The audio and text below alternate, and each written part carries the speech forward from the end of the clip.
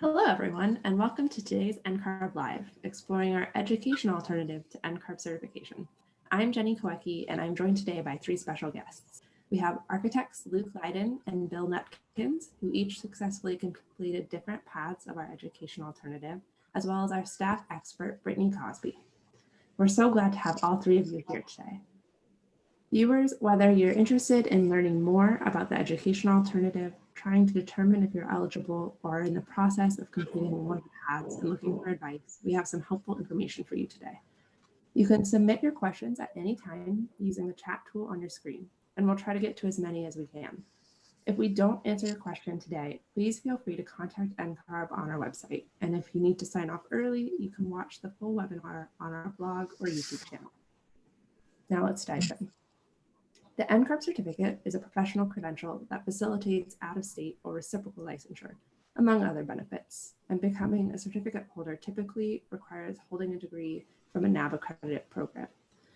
Our education alternative provides an additional pathway for individuals without a degree from NAB accredited programs to become certificate holders, either by completing an online portfolio or by documenting additional experience.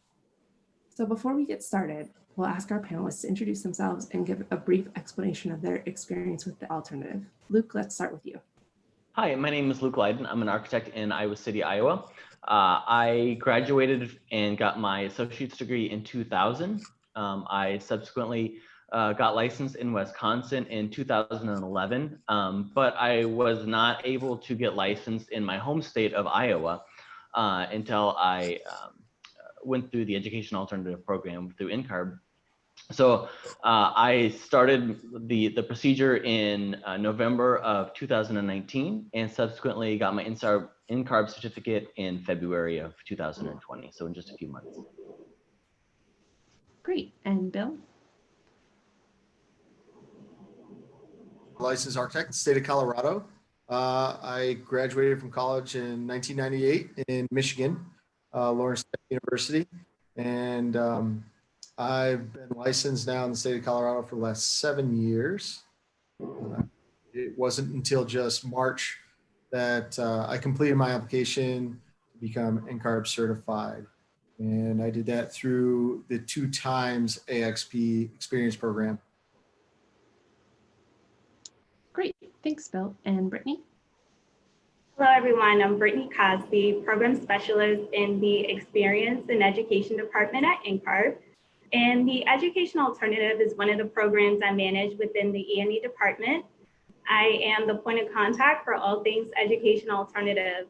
I work directly with architects who are pursuing an NCARB certificate through the Education Alternative, whether they are completing 2 times AXP or the NCARB certificate portfolio.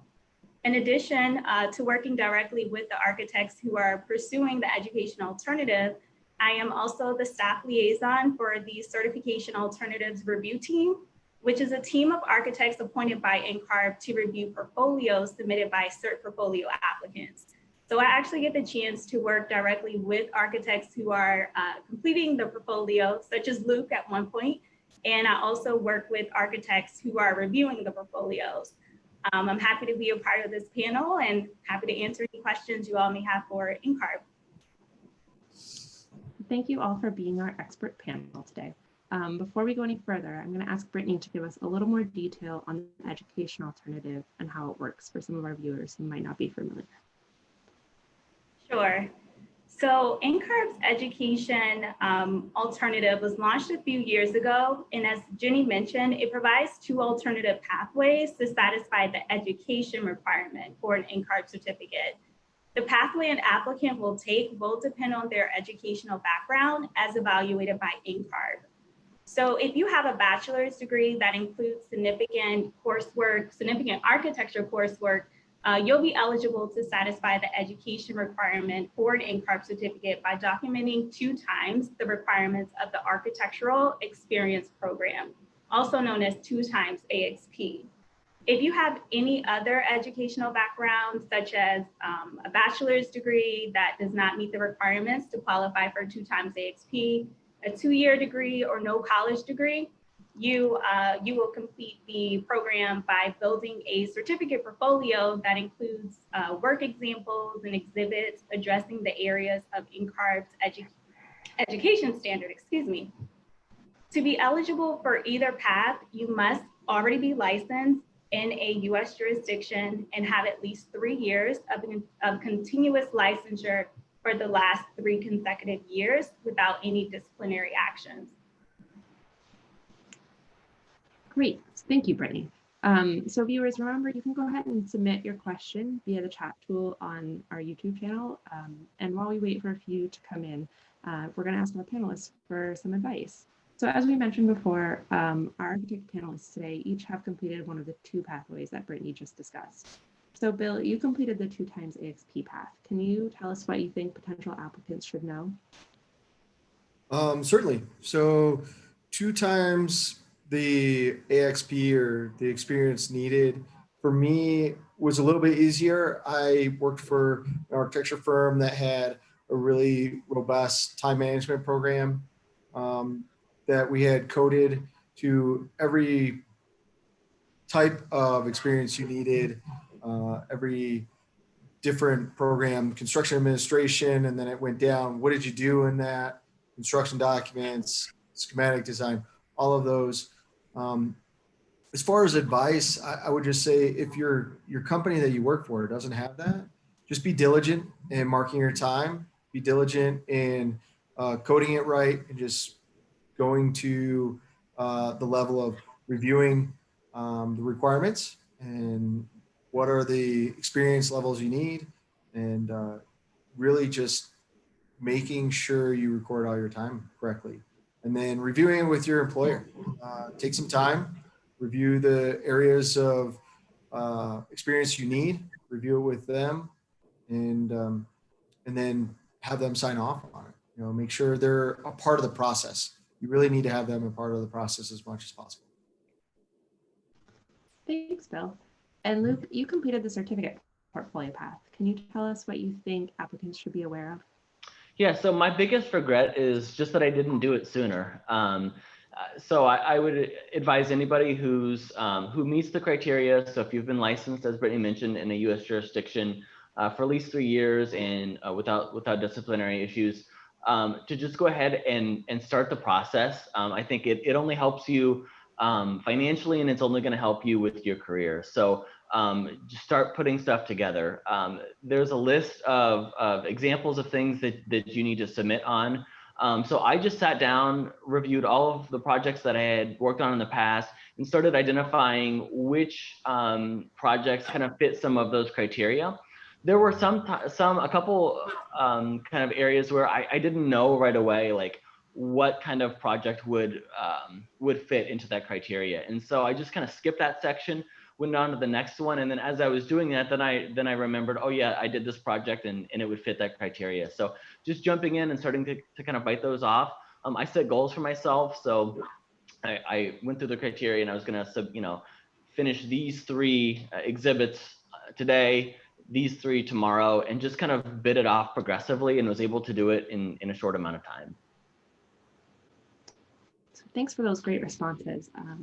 We're going to start taking questions from our audience now. And remember, you can submit your questions in the chat tool at any time. So our first question from the audience is, and I think, Brittney, this one might be for you. Do you complete the 2 times AXP path before getting licensed? No, so you would have to have a license in a U.S. jurisdiction for at least 3 years to get certified through the 2 times AXP path. If you do qualify for 2 times AXP and you would like to get started, you would have to at least be licensed first before we can make you eligible to begin 2 times AXP. So my advice would be, if you are not already licensed, you would want to go ahead and obtain your registration from any U.S. jurisdiction, and then you can reach out to us at NCARB and have your transcript reviewed. And if you qualify for 2 times AXP, that's a path you can actually get started with right away before you meet the 3-year requirement. So we'll go ahead and make you eligible to start documenting 2 times AXP in your NCARB record right away. If it is determined that you qualify for the Encrop Certificate portfolio, you would actually have to wait 3 years before we can invite you to begin the portfolio process. But yes, you would have to be licensed before we can actually make you eligible for 2 times AXP. Great. So one of our viewers asked a related question. So if you do the 2 times AXP path, they asked if they still have to wait 3 years after earning their license, which you sort of just talked about.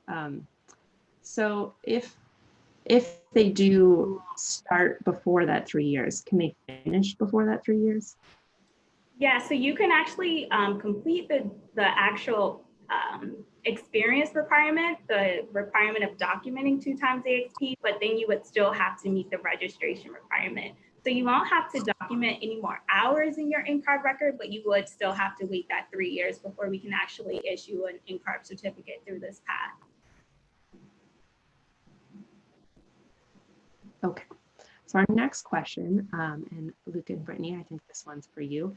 Where can I find examples of exactly what I need to include in the certificate portfolio?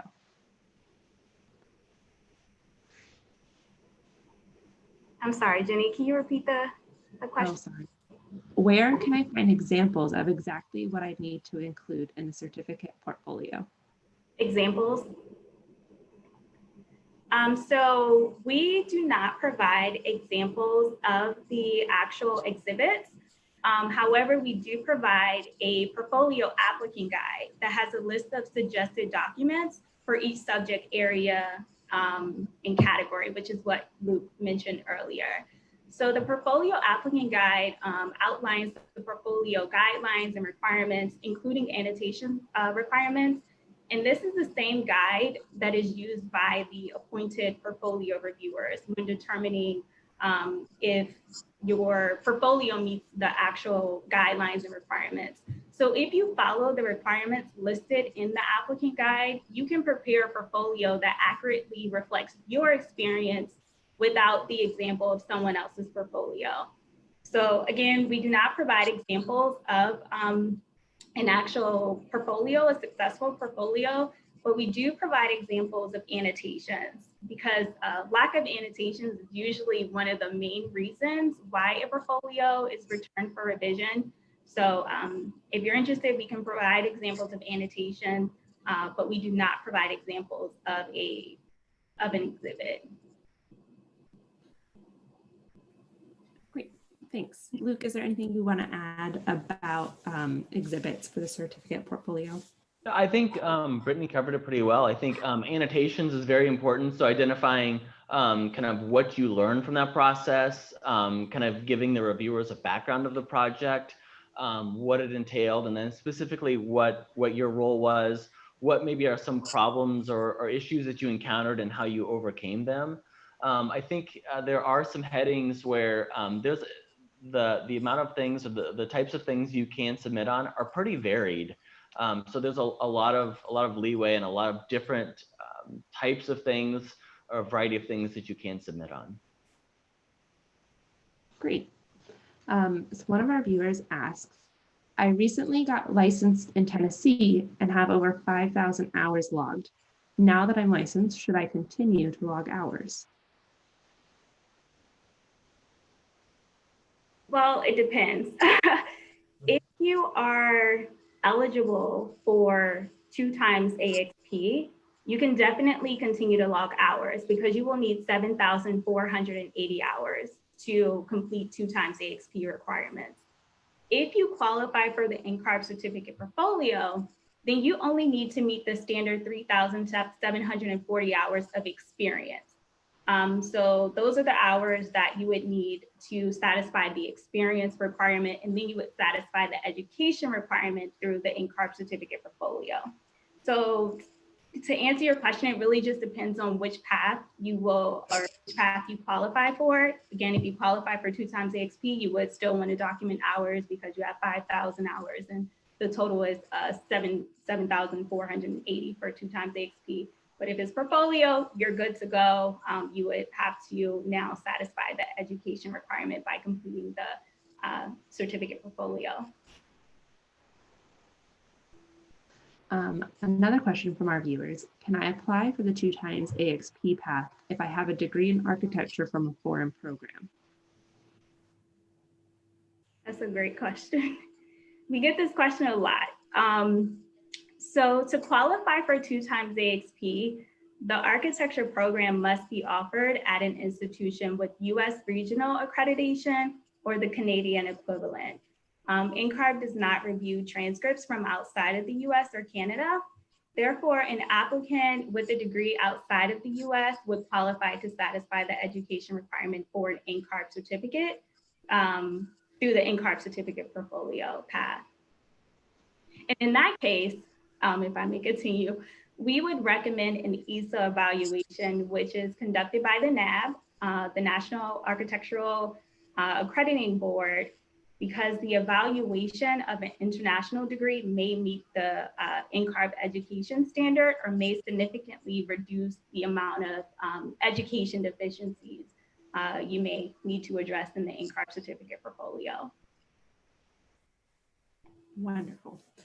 We are getting a lot of interest in both paths, but Bill, I was wondering if you could tell us a little bit about the process of how you submitted hours and kind of who you worked with to submit those hours with. Well, as far as my hours, I submitted, it was all easy because it was all online, and it was within my NCARB record. I submitted hours. I worked with my previous boss that I got a lot of those hours from, and then a mentor that I worked with to approve all those hours. Previous employer, registered architect, and a mentor registered architect, as well as, and then submitting the hours was fairly easy. I worked with Brittney just to figure out what I needed to do, and just submitted them online. And then they reached out to my supervisor, and he had to qualify those hours and approve those hours as well. Thanks. So one of our viewers asked, does the 2x AXP path require any hours on top of that 7,480 hours, which is 2x the AXP? Can you repeat the question, Jenny? I'm Sorry. sorry. One of our viewers asked, does the 2x AXP path require any hours on top of the 7,480 hours? No, so the 7,480 hours would actually satisfy the requirements for 2x AXP because you are actually documenting 2x the hours you would need for initial registration, which is the 3,740 hours. So for example, what Bill had to do when he documented 2x AXP, for practice management, it requires 160 AXP hours for initial registration. So for 2x AXP, you would document 2x the experience in that area. So you would have to document a total of 320 AXP hours in the practice management area. So you're basically documenting 2x the initial AXP requirement, and that will get you the 7,480 hours total, so you don't have to document any additional hours after that. Great. So a question about the certificate portfolio for Luke and Brittney. Does the work you submit in your certificate portfolio have to have been completed after your initial licensure? Yes. So all of the experience in the portfolio is post-licensure. So you're using projects you have completed after you obtain your registration, versus 2x AXP, all of the previous experience counts initial as well as post, but for portfolio it has to be projects completed after your registration, which is also why we require that 3-year licensure period, because that gives you time to add to your portfolio and add to the projects that you're completing, because you'll need that for the certificate portfolio. I don't know if there's anything Luke would like to add to that. No, that's exactly right. So when I did mine, I started with the projects that I started working on immediately after I was licensed, and so I I waited well beyond the 3 years that I needed to have. So I had a little more projects than if you just waited 3 years. But yes, I started with those projects immediately after I was licensed, and then um, selected from those from my portfolio. Thanks. So one of our viewers asked, is the education alternative accepted in all jurisdictions? That's another great question.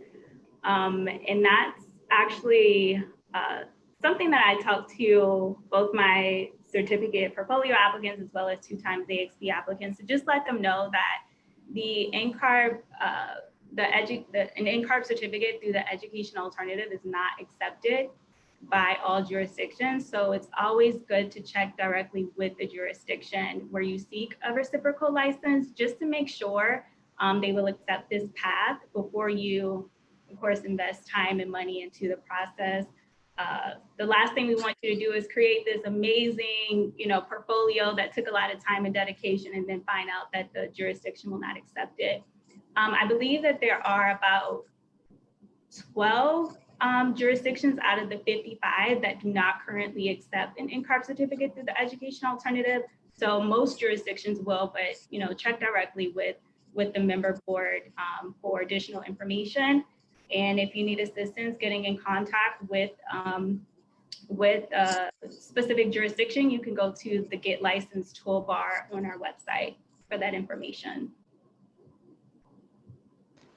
All right. So our applicants are wondering how they get approved for the education alternative. So how can they apply and work with NCARB to be approved to do it? So if you're interested in applying for the education alternative, you will first need to establish or reactivate your NCARB record. There is a certificate application fee to apply if you are a new NCARB record holder, or if you are an NCARB record holder who has allowed your account to lapse at any time. After you have established or reinstated your record, you will then need to email us at educationalternative@ncarb.org to determine which path you are eligible for. If you have an NCARB record, you can just email us to get started. Another thing to mention, we do not have a formal application on our website to express interest in the program, so you must email us at educationalternative@ncarb.org to get started. All right. So I think we're getting a lot of questions from viewers about that 3-year period between your licensure and when you can get certified through the education alternative. And a lot of them are just wondering why. So I was wondering if you all wanted to contribute any thoughts to that. Yeah, so just to give you all some historical information, prior to the education alternative, we had the BEA program, which is the Broadly Experienced Architect program, which required 7 years of experience before you could get certified through this alternative. We have reduced the actual licensure requirement for the education alternative, but we do still require the 3 years because we have to make sure that there are no disciplinary actions on your license. And we have to make sure you have had, a certain amount of experience before getting certified. So similar to initial licensure, some jurisdictions, they require you to have additional experience if you don't meet the education requirement. The same way for the education alternative, and that requirement would be the 3 years, which is better than 7 years, I think, at least. I would agree. Yeah. And so as a follow-up to that, I think some of our viewers are asking if their personal circumstances could, like what their own education or their process, if there's any reason an applicant would be allowed to kind of skip that 3-year waiting period. No, there are no exceptions. If you are looking to get NCARB certified, you have to meet the education, the experience, the examination, and the registration requirement. If you are looking to go to a jurisdiction that doesn't require an Encrop certificate portfolio, then of course you don't have to wait the 3 years. You can just reach out to the jurisdiction and see what requirements are in place and work directly with that jurisdiction to get licensed without an Encrop certificate. But if you're going through the Encrop certificate, if you're going through the educational alternative for an Encrop certificate, it would have to be the 3-year licensure requirement that you have to satisfy. Thanks. Brittney. Definitely look, because there's only about 5 or 6 jurisdictions in the United States that don't require an NCARB certificate. So another question from our viewers. So it'll be worth the wait to piggyback off of Bill. If you have some pending projects and you need to, get licensed in a jurisdiction, I think it's worth it. But you can ask the architects for yourself. So, Luke, some of our viewers are wondering if you have any advice or tips you'd give to a certificate portfolio applicant. And I think they're especially wondering if you have any examples of exhibits that you use that you would recommend. Sure. So as we discussed, there are different sections there you have to submit so many exhibits on, and it's really varied. Even within that, it's varied. So some of the things that I used to submit on were proposals that I helped put together while we were pursuing work. Also things like sketches showing site layouts, design issues that you may have had, how you coordinated the architecture with the structure, even things like meeting minutes, showing that you had client contact and led client meetings, correspondence with the authority having jurisdiction, like the state fire marshal or inspector or others. So it is a pretty broad scenario. So those were some of the things that I used. Calculations for lead projects is another. So it's pretty varied. I would say that if you've had a good amount of experience in the 3 years since you've been licensed, you would be able to provide pretty much all of those exhibits. Great, thank you. So another question we're getting is, how long is the educational alternative review process? So I think this could be something good for Luke and Bill to talk about. After you've finished your certificate portfolio and documenting your extra hours, what was the process like with you working with NCARB after that to get your certificate? Do you want me to go first, Bill? Yeah, go I for can it. go first. Okay. Mine's going to be a lot simpler. Okay.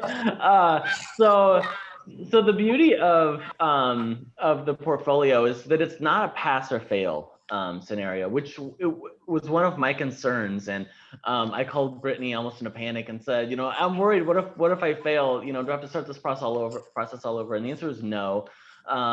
So I submitted. I started working on my portfolio, like I mentioned, like late November. I got it done right at the end of December, beginning of January. I submitted it to Brittney and the team of reviewers. They reviewed it, and it takes about a month for them to get it, to review it, and to get you the comments back. So I got the comments back. I had, I think, like 6 or 7 things I had to clarify or provide additional exhibits for. So I did that in about a weekend or 2. Turned that back over to Brittney. They took another month for them to review it. I think maybe even a little bit less. And then I got my certificate. So it's about a 30-day window or so that it takes them to review it and provide you back with the comments.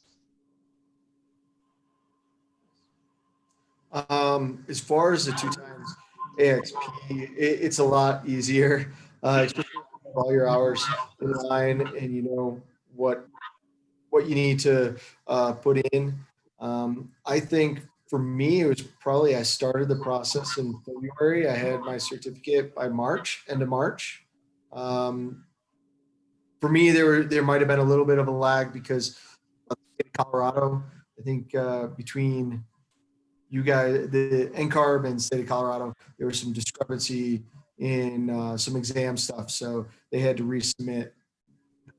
But, you know, once I figured out there was a discrepancy, I just contacted the state of Colorado and said, hey, look, you got to coordinate with NCARB. And they did. And so it was, yeah, it was about the same, probably about a 30-day process from start to finish. And I'll Which I just think is add pretty that- quick. Oh, go ahead, Luke. No, I was gonna say that's pretty quick. I mean, to go through all that information in 30 days is really pretty fast. So I was very happy with that. It didn't take near as long as I thought it would. Yes, we give our portfolio reviewers 4 weeks to review the portfolio and either approve or return it with issues. So as Luke said, is not pass or fail. When an applicant is done with both, or not both, when an applicant is done with either 2 times AXP or their certificate portfolio has been approved, their Encrop record is sent to our customer relations department to complete a final evaluation of their entire record. So that's what Bill was referring to. That's when we'll check to make sure we have exam information. We'll make sure, you know, you have met that registration requirement 3 years continuously, no, you know, disciplinary actions. And after that, we issue the Encrop certificate within 5 business days. I'm sorry, the Encrop certificate number via email within 5 business days of that evaluation. But I typically tell both CERT portfolio applicants and 2 times AXP applicants to allow at least 30 to 60 days for our customer relations department to complete the final evaluation. But as you can hear, it sounds like it's been more of a 30-day period to get the Encrop certificate number issued. Great, thank you all. So Brittney, earlier you mentioned our former educational alternative program, which was the Broadly Experienced Architect program. And one of our viewers asked that said they started the BEA process in 2012 and had an ESA evaluation as part of that process. So is it the same process for them to see if they're qualified for 2 times AXP? So they may not need to obtain an updated ESA.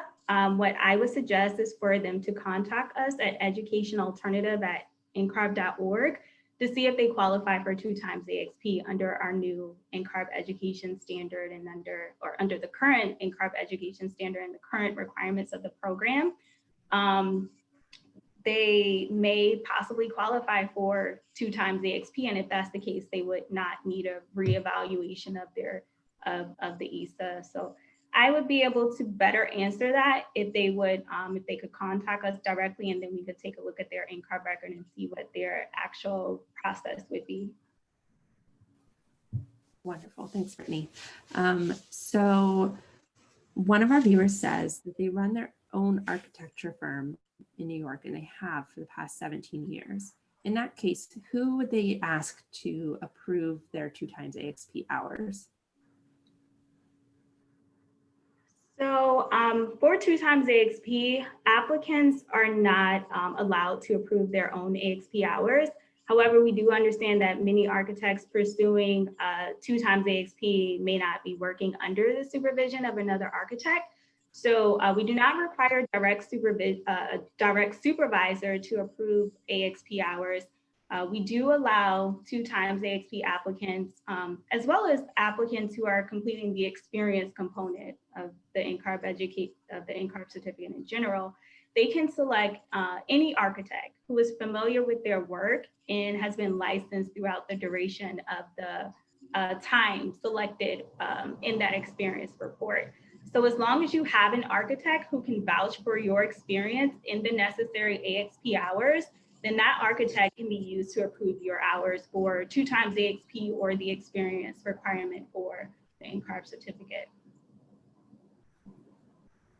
Great, thank you. So we have a few portfolio questions. So first of all, one of our viewers wants to know, is the portfolio confidential because their firm has significant disclosure limitations on sharing their work? So in the portfolio affidavit, we do ask architects to redact any information they would not like shared. A jurisdiction that they are interested in a license, they could request to see their portfolio.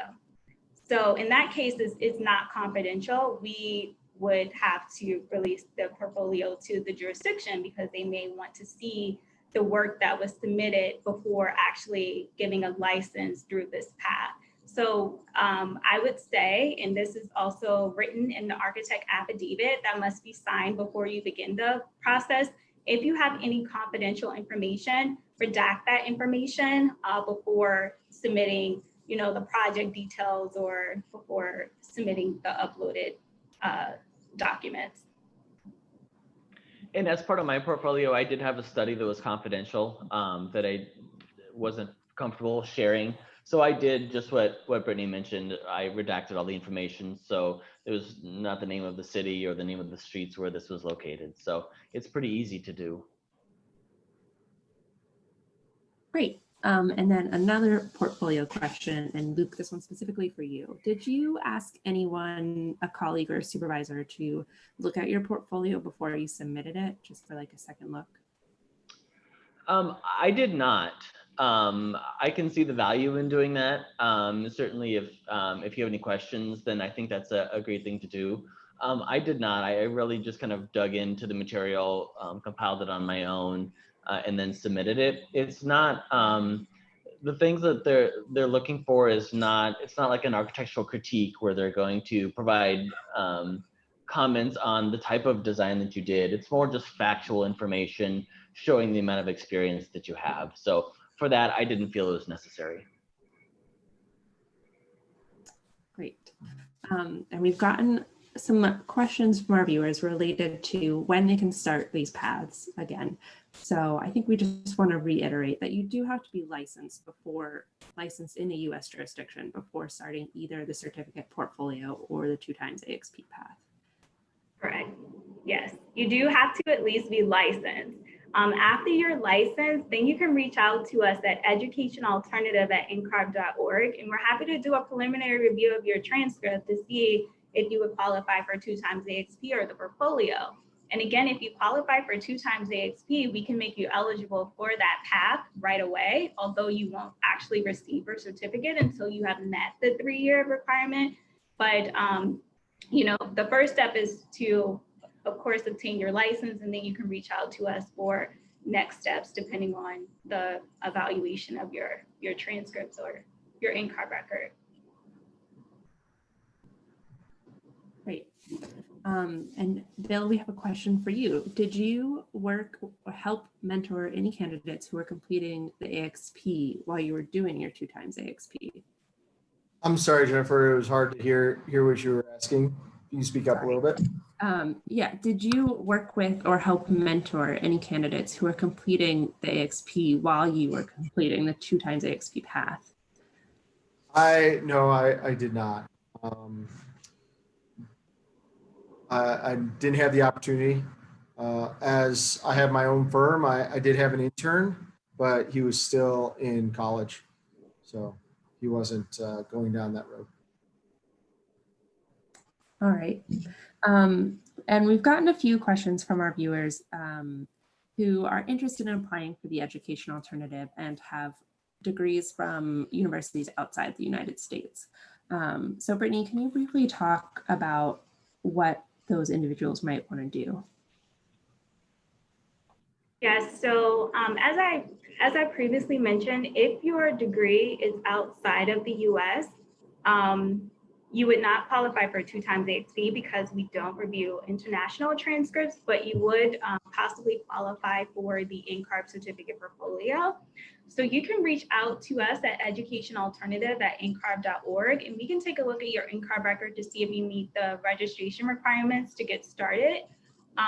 If so, we can go ahead and invite you to start the portfolio, or again, you may find it beneficial to actually obtain an ESA. Because we have found that international degrees do sometimes meet the Encrop education standard. And if that's the case, then you actually wouldn't have to complete the portfolio. Your education would be satisfied through ESA. Again, another benefit of obtaining an ESA is that the courses that you did take internationally would be evaluated by the NAB, the National Architectural Accrediting Board. So they would actually review your transcript, and they would let NCARB know what areas of deficiencies you have based on their ESA evaluation.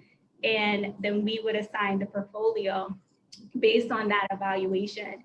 So instead of having a full portfolio of 5 subject areas and 22 categories, with an ESA, you may have 2 subject areas and 4 categories. So it is very beneficial for architects who have an architecture degree. Let me clarify that if you have an architecture degree outside of the US, if you have a degree that's not related to architecture, philosophy, or whatever, you may not want to obtain an ESA. You may just want to complete the full portfolio.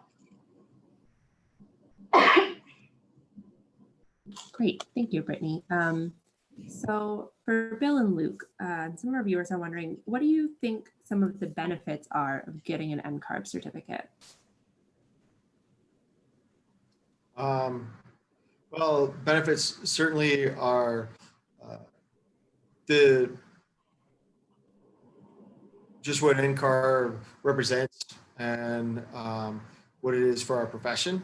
Definitely recognition of a certain level of education and experience outside to clients, to other architects, and then reciprocity throughout the United States in most areas, being able to work in different areas. It signifies, like I said, a certain level of education, certain level of experience, something that people are looking for sure. Yeah, I would totally agree with Bill. I think it does kind of set you apart, especially if you're seeking work, either a client that you're trying to get or trying to secure a job with a firm. So I think that it is a certification that does kind of set you apart. I think what Bill mentioned also is the reciprocity. That was definitely the driver for myself. As I mentioned, I live in Iowa. I was licensed in Wisconsin, but I was not licensed in Iowa, which really kind of limited my abilities for both work and just the ability to call myself an architect in a state that I wasn't licensed in. So for me, once I heard about this, it was a no-brainer. Since I've gotten my certificate, I've gotten licensed in Iowa, my home state, and also in Missouri. So I think that ability to get licensed and as Brittney mentioned, not every state, but a large portion of the states gives you a lot of flexibility. Great. So one of our viewers wants to know, if you are doing the 2 times AXP path, are the hours subject to the reporting requirement where they kind of expire after 5 years? Right. That's a great question. So for architects who are completing 2 times AXP or completing, just the experience requirement in general, they're not limited to the reporting requirement. So any previous experience will count as long as it's in accordance with the AXP guidelines. And you would actually be submitting your AXP hours in bulk format. So you're submitting all of your hours at once versus reporting. But no, you're not limited to the reporting requirement. And Bill, you had mentioned that you ran your own firm for a while. Do you have any tips for keeping track of your hours while also leading a firm? Sometimes it's very difficult because you're doing everything. I'm marketing, I'm billing, I'm designing, I'm drafting, all of it. So I utilize my calendar a lot for what I've already done for the day, meetings, even what projects I worked on, what it was I was doing at the time. I utilized my calendar a lot.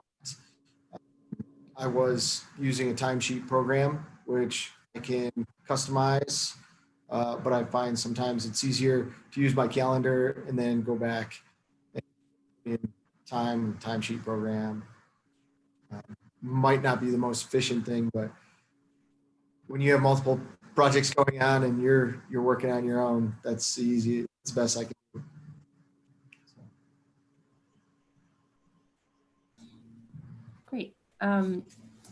So I think that we've hit most of the questions that are coming in. And I know we've gotten some specific ones from viewers about their very specific personal circumstances and which path they'd be qualified for. So for those viewers, we'd really recommend that you email us at the educational alternative email that Brittney mentioned, so they can look at what you have and do kind of a review, right, Brittney?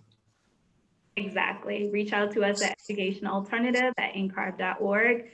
Please give us at least 30 business days to respond to your emails, but we can usually get to them a lot quicker than that. So reach out. We're happy to help, happy to hear from you. Great. So before we each sign off, can each of you share a key takeaway that you'd like viewers to know before we close today?